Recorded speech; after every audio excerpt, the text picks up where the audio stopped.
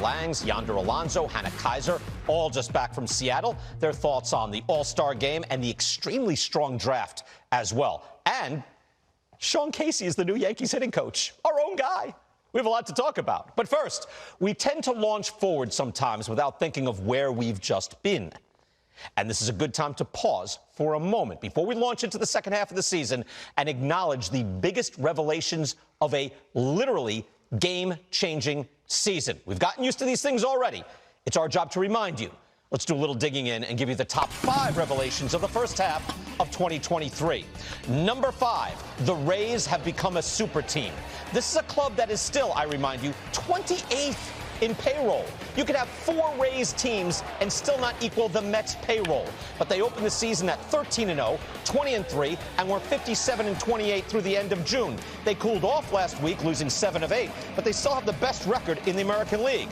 And check out the last few years of Rays baseball. We've gotten used to this, but this is crazy. Even the old sabermetric Rays of the aughts had their ups and downs, but this will now be 5 straight years in the postseason. At this pace, they will finish with the best record in the American League 3 times in the last 4 years, all while having a bottom 6 payroll. It's a study of excellence that transcends baseball, meaning you can do a lot with a little if you're smart about it. The number 4 revelation, Reds' resurgence. Admit it, you didn't think the Reds would lead their division at the All-Star break, nor did you think they'd be the most watchable team in baseball. But they are. If all the Reds did was graduate Ellie De La Cruz and have a Joey Votto coming back party, they'd be a fun team. But their solid foundation is so much more than that. They have essentially 6 new full-time position players, all of whom have a 120 OPS plus or better, 100s league average. Matt McClain, TJ Friedel, Spencer Steer, Will Benson, Jake Fraley, and De La Cruz. It's a bumper crop from drafts, signings, trades, all arriving at the same time. De La Cruz, though, is straight out of a video game where you control the tools. StatCast is powered by Google Cloud and dominated by Ellie De La Cruz. In just 30 games, he's only played 30 games, he has the fastest average sprint speed, fastest time from home to third. He's thrown at 97 miles per hour across the diamond from third base, and he's hit a ball 116 miles an hour. That's in the top 15 hardest hits. So he's the fastest guy in the sport, has the best arm, hits the ball harder than almost everyone, and he's also hitting .325 with a nice all-around slash line at 21 years of age. Astounding. Now, if you watch this show, you know we pay attention to the economics of the sport. We recognize the clubs that defy the odds winning on a budget, but we also recognize if you got it, spend it. But this year, something puzzling has been happening to the big spenders. The number 3 revelation of the first half is what we've called Malaise Watch, a mystifying malaise that is spread across many of the top payroll clubs, like that bad air coming out of Canada this summer. You don't feel sick, but you don't feel so good either. The Mets and Padres are their own entry. 2 teams that had good seasons and then big spending off seasons, and yet both right now have losing records. The Mets have the biggest payroll in baseball history, while the Padres skyrocketed to number 3 overall. Yet they sit 6 and 7 games out of the final playoff spot. Baseball is a confounding sport. Just when you think you can overpower it with money, a mystifying malaise has its day. And it's more than just those 2. How about this? The top 4 clubs in payroll. There they are. What do they have in common? Coming out of the All-Star break, they are not in playoff position. That's right. Even with 6 teams per league making the playoffs, the Mets, Yanks, Padres, Phillies are on the outside looking in. The top 4, and if you include the Angels, 5 of the top 6 not in playoff position. There's a lesson in there somewhere, but that's for another day. Number 2, there's no getting past it. Biggest revelation, Showtime. Shohei Ohtani, already doing historic things, has dominated this season. Started in the WBC. Many pitchers chose to save their arms and stay in spring training. Ohtani chose to play both ways for Japan. He was a hitting star, had a good start, and then in a climactic moment, struck out Mike Trout to beat Team USA and win the WBC championship. You can't do much more than that. But this season, he has. He leads the league in OPS plus. Leads the league in homers, triples, total bases. He's also pitched 100 innings with a 3.32 ERA. He's the number 1 hitter in baseball, and he's a top 20 pitcher. And he's going to be a free agent. He somehow has exceeded his own standards for historic greatness. Now, in most years, Ohtani's performance would be, easily the number 1 revelation of the first half. But something bigger has happened to baseball. The sport itself has changed. after years of an inexorable slide towards sloth. Bang! One time, one thing, years in the making. And we have an action-packed sport again. I cannot emphasize this enough. I will not bury the lead. Major League Baseball took 26 minutes of dead time per game and got rid of it. And the shortening of the games is a secondary characteristic. The primary benefit is the way the game moves. You have to pay attention to at-bats a game. You need to no multitask anymore or you will miss the game. And before we start to take this for granted, remember how many years it took to get this in place. Don't forget that. So many factions fought this move. And yet here it is.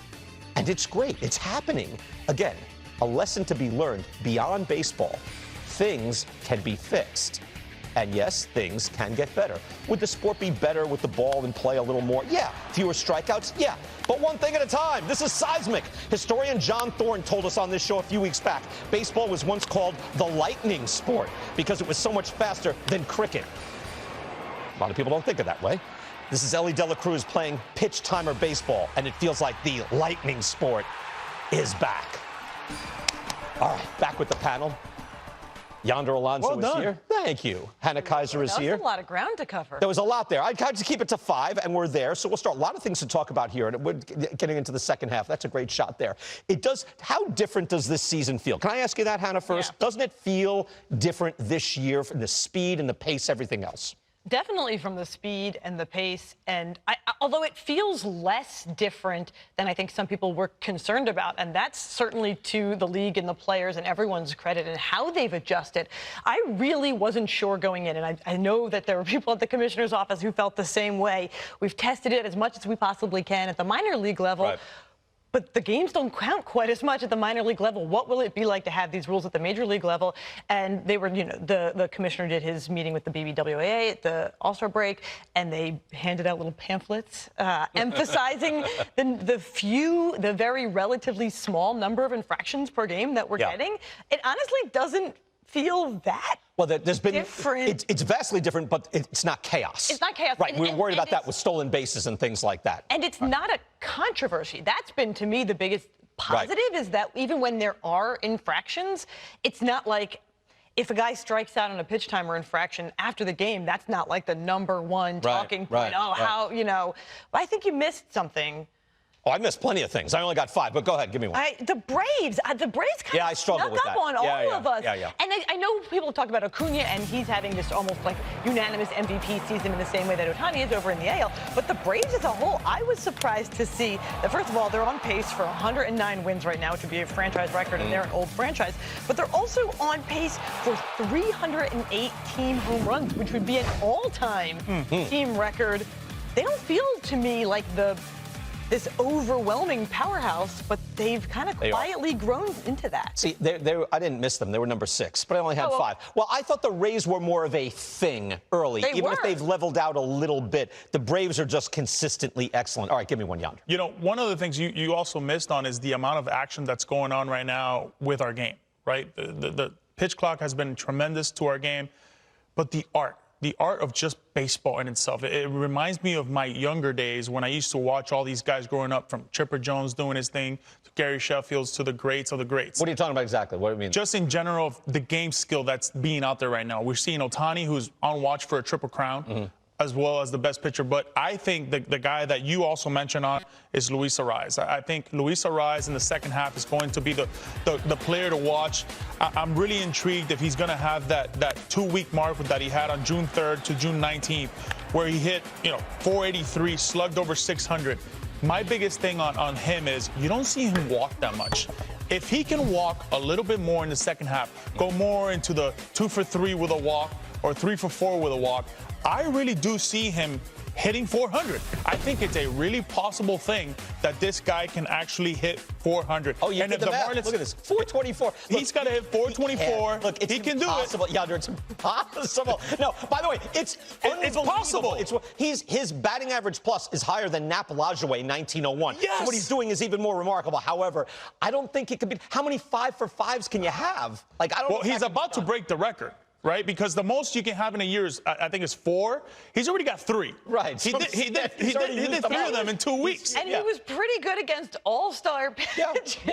I mean, I will say, if they keep winning, so. he's got a chance. We're going to talk about that in a little bit. We'll have Rosie ribbon around the B-17s or whatever, the B-29s over Europe. Is it B-29s? I have no idea what you're talking B-29s. about. Thank you. I think so. All right. How about this? In an expanded postseason, these next few weeks will be vitally important. And in an expanded postseason with 12 teams in, you have to wonder, who are the sellers going to be? There's only 7 teams. Here they are. There are only 7 teams more than 7 out. So, again, you've got 12 teams in. Many others say, oh, no, we're contending. It's a long season. So who are the sellers going to be? So we got White Sox, Pirates, Cardinals, Rockies, Royals, Nationals, and A's. They're the only teams that are kind of out. So, Hannah, start with you. Give me one team that should be realistic and blow it up and be sellers. Okay, I told you right before we started, I didn't know the framing was going to be blow it up. Blow it up. But I am pushing for the Mets to be more aggressive than they want to be. I think there's a lot of trade in or trade out? Trade out. Well, that's blowing it up. It's not blowing. If they trade Scherzer and Verlander? Not both of them. They have a lot of expiring contracts. David Robertson, like Tommy Pham, a contender would love to have Tommy Pham. Yes. Here's the thing about the Mets. I think a lot of people out there are saying, let's see how they play over the next week, the next 2 weeks. Yeah. Maybe they add, if they're looking good, they could add. With what? Billy Epler has shown that he is not willing to trade his top prospects, and his boss, Steve Cohen, has emphasized repeatedly how much he wants to be growing the farm system at the same time as he is contending. Last time Steve Cohen spoke to the media, one of the things that I thought he said that was really interesting was, like, if we don't improve, and I'm looking at 2024 with a similar team 1 year older, probably not a great place to be. I think they have to be getting younger. And to get younger, you have to unload some of those expiring veteran contracts. They have a lot of young players right now that are looking really good, and maybe you get them a few extra at-bats, and maybe you still make a little fun run for it after you unloaded I think you have to choose, though. Even you're being a wobbly GM. Either you are you're not blowing it up, but you're either in it or you're out. If you're trading your top guys, you're not winning. They're not winning now with all their guys. That seems like all the more reason to unload. I think that the Mets are if they are not aggressive, they weren't aggressive enough last year in some ways. That's what got them to this point. This year is the way that they handled the deadline last year. So you're saying Mets. Okay, say Mets. Who you got? Interesting. I'm going to pick the White Sox. You know, I think a guy like Pedro Grifol, it takes usually 3 or 4 years to kind of reboot that roster. Given this first year, I think he saw what he has. Look, I think Pedro Grifol is a guy that's the perfect guy for the White Sox and that team, but I certainly feel like it's time to kind of reboot and just see what happens. Look, I don't think Dylan Cease is going anywhere. I don't think Roberts is going anywhere.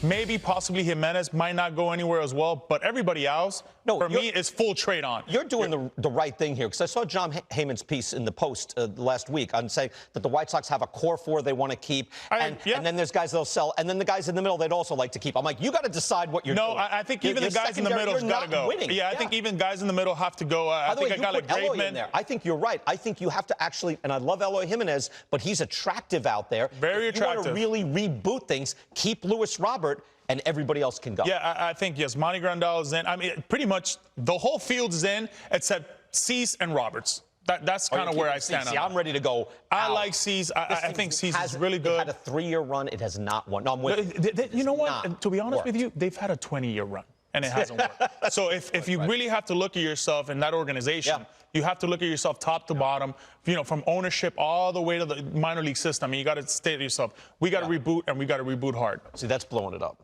That's blowing it up. Are you kidding? He went with the much lower degree of difficulty picking the White Sox. Everyone's complaining here. Let's bring in Bob Costas. I'm sure it'll be much better. Bob, where are you? There you go. Bob's over there. Bob, come on in. Don't be so sure. Oh, yeah, that's true. Who should be realistic, I guess? Because, again, we put up 7 teams that are basically should reveal themselves as being out. Who do you think should actually start that reboot process now? Well, you guys touched all the bases, so that leaves me with the Cardinals. And we said this before.